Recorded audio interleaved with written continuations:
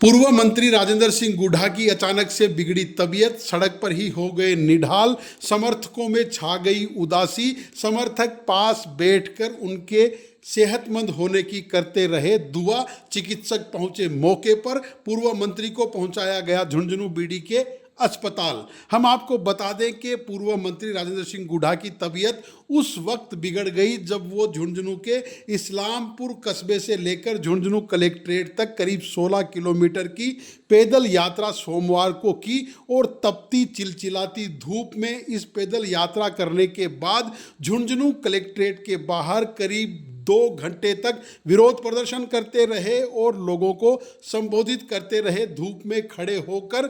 और अचानक से संबोधित करने के बाद पूर्व मंत्री की तबीयत बिगड़ गई, उनका ब्लड प्रेशर लो हो गया और वो सड़क पर ही निढाल हो गए। वहाँ पर आए हुए समर्थकों में उदासी छा गई। कुछ देर के बाद वहाँ पर चिकित्सकों को बुलाया गया, एम्बुलेंस बुलाया, लेकिन एम्बुलेंस में बैठने से पूर्व मंत्री ने इनकार कर दिया। उसके बाद अपने पुत्र के साथ वो झुंझुनू बीडी के अस्पताल पहुंचे। बीडी के अस्पताल में पूर्व मंत्री राजेंद्र सिंह गुढ़ा का चिकित्सकों ने प्राथमिक उपचार किया और उनको आराम करने की सलाह भी दी।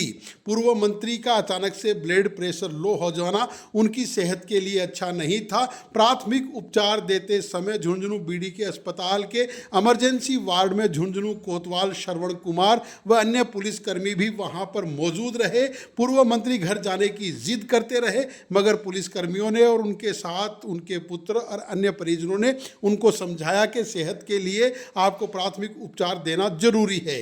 अब हम आपको बताते हैं कि पूर्व मंत्री ने कितनी देर तक संबोधित किया और किस तरह से चिलचिलाती धूप में संबोधित किया और उनकी तबीयत बिगड़ी। सुनिए उनकी जुबानी। कल अपने पशु लेके जा रहा था, पशु में गाय नहीं थी, लेकिन उसके बावजूद बालाजी स्टैंड से निकलते ही अरे डिप्टी साहब,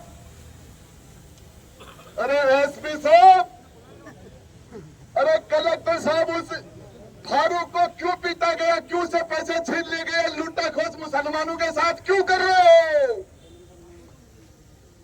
वो इंसान नहीं है क्या? वो देश के नागरिक नहीं है क्या?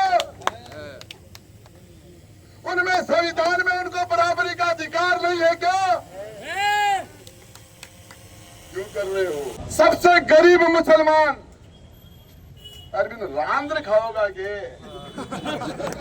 अरे पी क्यों गए बैठ रहे हो? अरे पी को भाई खून तो पीगा थे।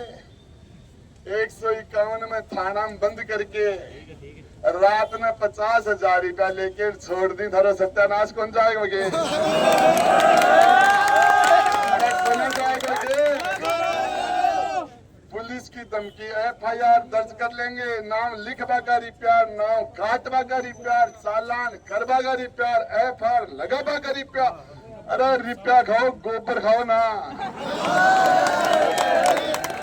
राम का पीसा खा रहा होते, गोबर क्यों खाओ ना?